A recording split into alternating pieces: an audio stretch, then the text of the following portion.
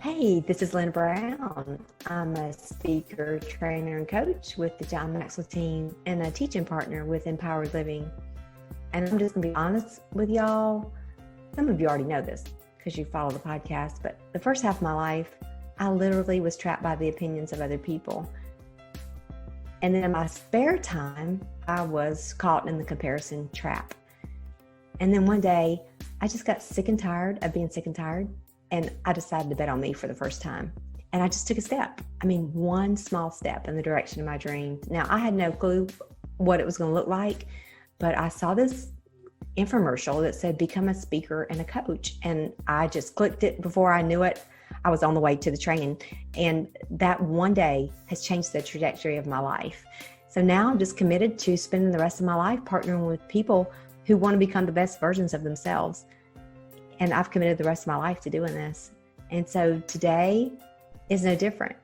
I am super excited to have the opportunity to introduce our next guest. And I'm not gonna take any more time away from her because I know she's got some powerhouse insight to share with us today. Marinella Yule, welcome to the Global Women's Gritty Podcast. Yeah, no, thank you so much for having me. Oh, we are super excited to have you. And we were just talking before the show just about all the change that we're experiencing all around the world. But the great advantage I think we all have right now is that on this global, professional development day or global snow day or global somebody said it's like we've been grounded in our homes for a while to think, but we're coming out of this like with this new insight. New way to reinvent ourselves. So talk to us. Tell us what you're doing and what you're most excited about. Well, currently I am located in Montreal where I have my own marketing business. So one of the things I'm excited about is just growing and helping other entrepreneurs with their marketing. But my first love of my life, which I'm sure my boyfriend will be upset about, is traveling. And so that's like what I'm most passionate about. But of course, right now, we can't do so much international traveling, but I'm a big proponent of there's so much in our own backyards that we can see. And sometimes we put those on the back burner to do things far away because, it's always going to be there. It's always going to be there. So now it'll give me more time to explore in Quebec. Wow, that is so neat. Yeah. I'm thinking, wow, I would love to go to Quebec, and explore there. And you're thinking, well, I would like to go to, wherever the far ends of the world. And you're right. Sometimes we have so much treasure right in our backyard. Yeah. Wow. Yeah. That's cool. That's neat that you have such a beautiful area to explore. Yeah. Yeah, I think North America specifically, we're so big, like Canada and the United States is so big. There's so much diversity in terms of the terrain. You have mountains, you have deserts, you have more tropical, humid forests, and you have the oceans and lakes. So I think we're quite lucky to be in North America for that region. I know a lot of Europeans come specifically to explore all our great outdoors here in North America.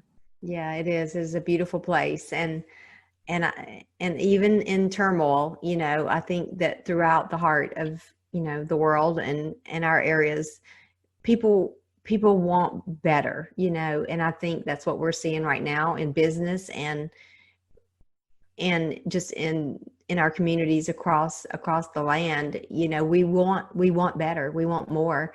And in business right now, I know there's been a lot of restructuring. There's been a lot of just looking at past practices and how we were doing some things just out of just that habit. And through this, it's caused us to reinvent and redo and discover new ways of doing some of the things that we were doing before.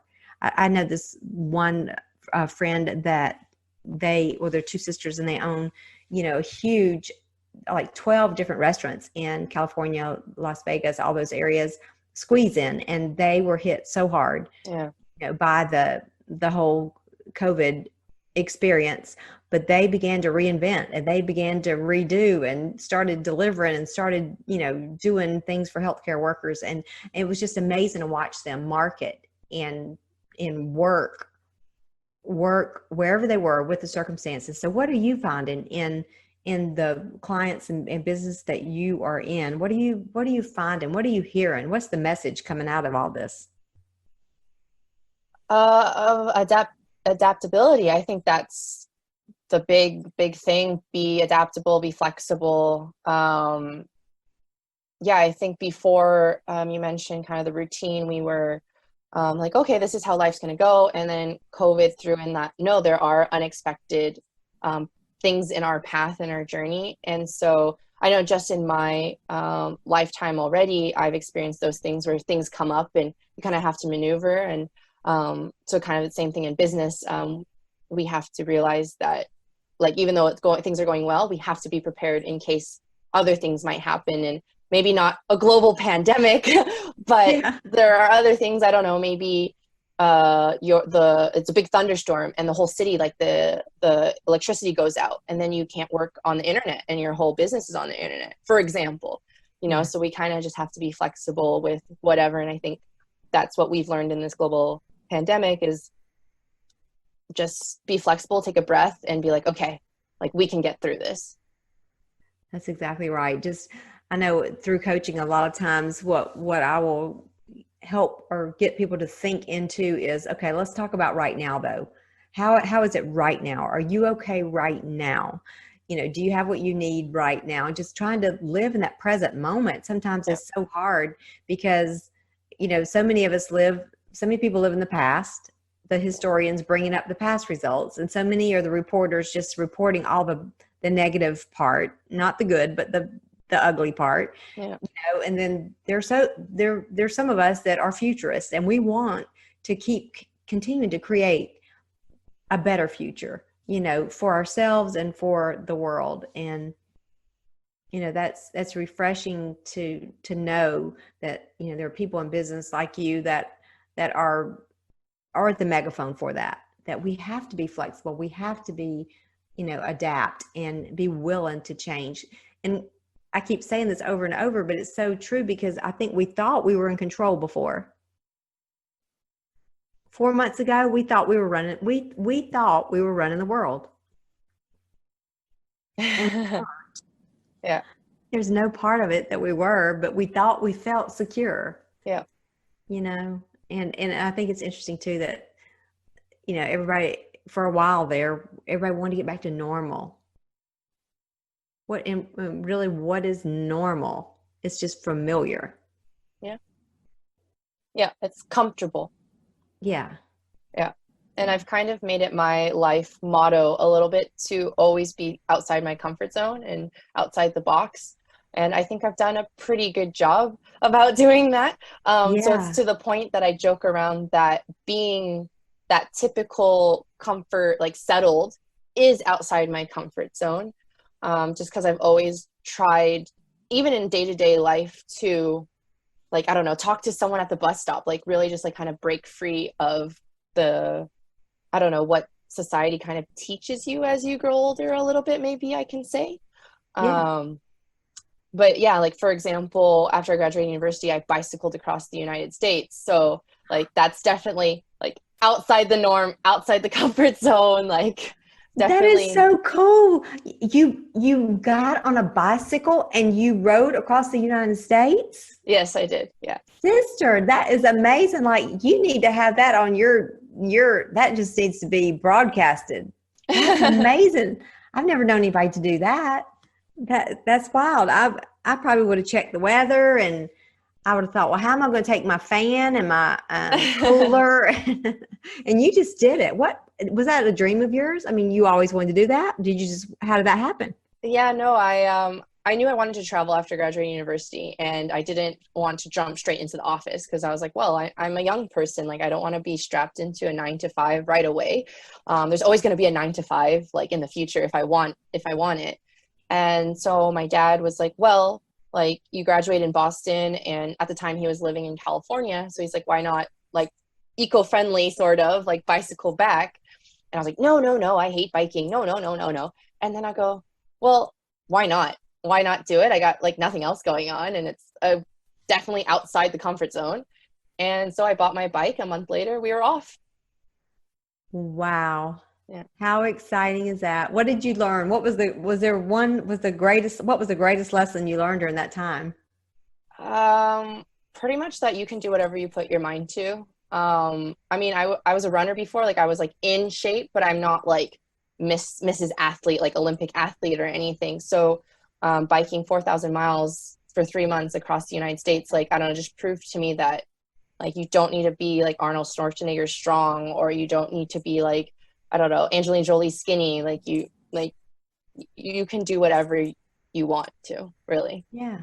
It all starts between our ears, doesn't it? I mean, Exactly. those tiny little, we hear it all the time, 6 inches, but I think it's six. Isn't that what they say? 6 inches. Maybe I'm it's not more. I sure, don't but know. yeah. One of those things. We won't get caught down in the details, but you know, it's so true because what you believe, you truly can, achieve. But I mean, with hard work. I mean, that was Yes. hard work. I mean, for you to do that, but you didn't let all the noise stop you.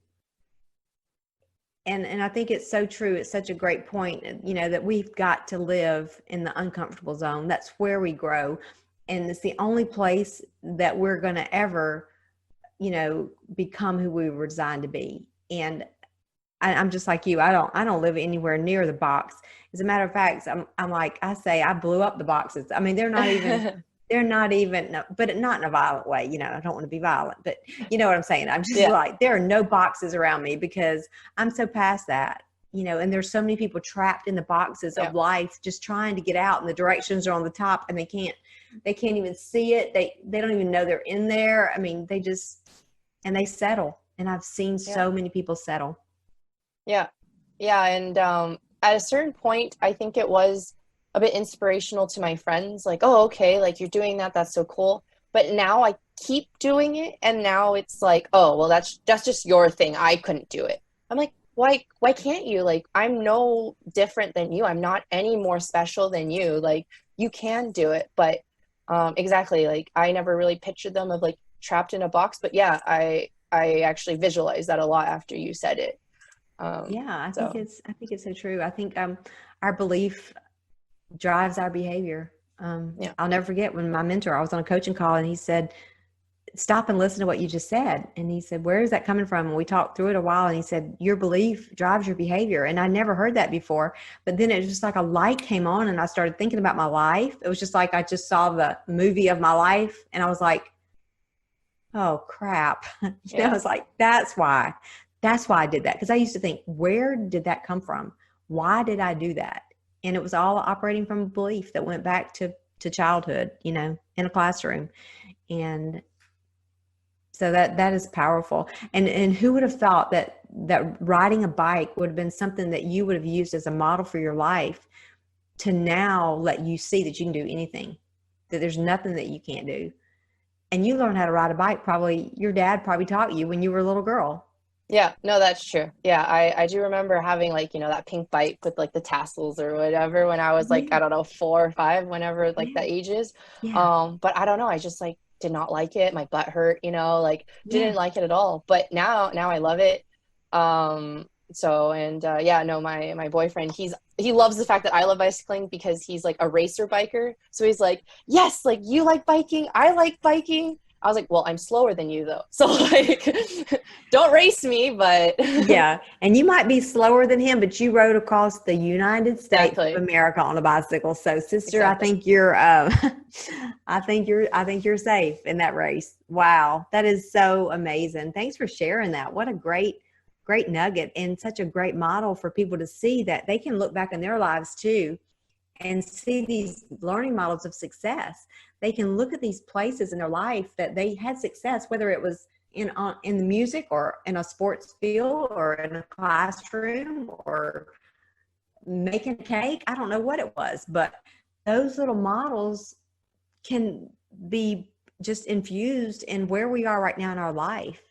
And it can be powerful, especially, I mean, somebody like me, I had no self-esteem. I mean, I had maybe one little ounce of self-esteem left that day I took that step.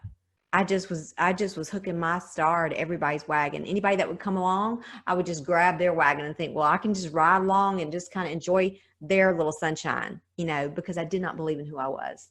So, wow, what a courageous, gritty sister you are. So awesome. Yeah, that is so cool. Wow. I guess that would be my biggest like point in sharing my story to others, is that like everyone's like, did you do training? Did you have training? No, I didn't. I maybe had like 5 miles under my belt before I actually like did this trip. So the point is that you don't need, you can start off at 0 and do it. Like there is no age limit. There is no like, once I reach this weight or this muscle mass, like no, like there is none. There's no better time to start than today. That is exactly right. There's no better time to start than today. And you just have to start. You know, you don't have to know how. You just have to know why you want to do it. And then when you do that, the how will come. Yeah. And that is so powerful. Just so many people are so stuck in waiting for that perfect moment, and there are no perfect moments. Yeah. You'll never know enough. You will never be rich enough, prepared enough. Just do it. Like I said, just do it. And we're going to fail. I mean, we're going to fail. That's just a constant companion to success. It should be our friend. You know, right now there's somebody somewhere inventing a vaccine for this virus. It's going to happen. They've tried a lot probably since it started.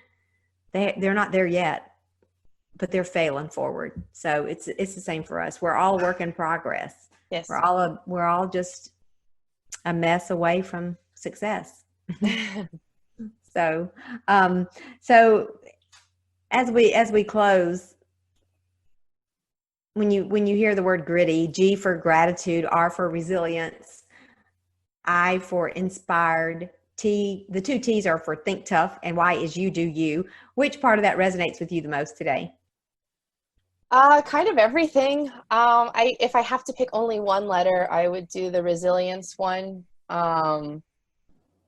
Yeah, just keep kind of, if I can flip it to persistence, resilience and persistence to me are very similar. So if you keep going with something, like you said, like Thomas Edison, I forget the exact number, but it's like, no, I didn't fail at making the light bulb 900 times. I just found 900 ways not to make a light bulb. So he kept going. And that same thing with biking. Like, yeah, there was moments it wasn't nice and I was crying, but I kept going and eventually I did it. So it's just keep pushing and just keep going and you'll get there. Yeah. I mean, here you are, you said you'd only ridden 5 miles prior to starting to ride your bike across the United States of America. Yeah. And when I was 7, I was in a bike-a-thon, so I had ridden more miles. I rode 30 miles one day. So I had done more than you, and I never have ridden to town on my bicycle. Well, I did one time. But, that's amazing. Absolutely amazing.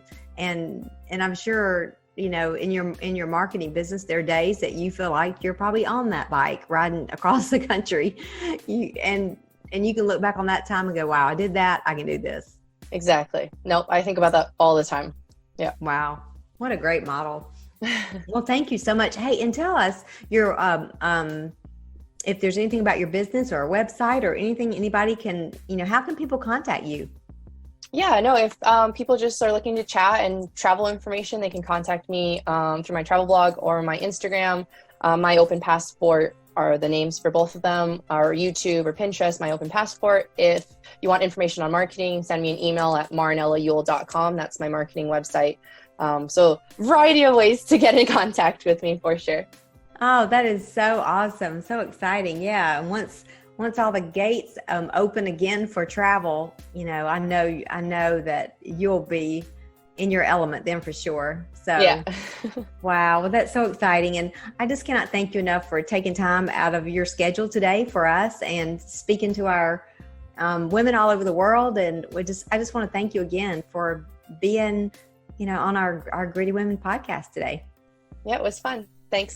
Oh, great. Well, thank you. And I will, as soon as we put it out there, when we publish it, we'll include your bio too and all of your travel information so people will have it. Okay. Okay. Perfect. All right. Well, thanks. Remember now, gritty is the new strong. Yes. Gritty is the new strong. It's the new pretty. Gritty is it's just the new thing. It's just going. It's going global. No, for sure. I love your acronym. So yes, no, for sure. Well, good. Well, thank you. Take care. And you have a wonderful rest of this day. You too. Bye. All right. Take care. Bye-bye.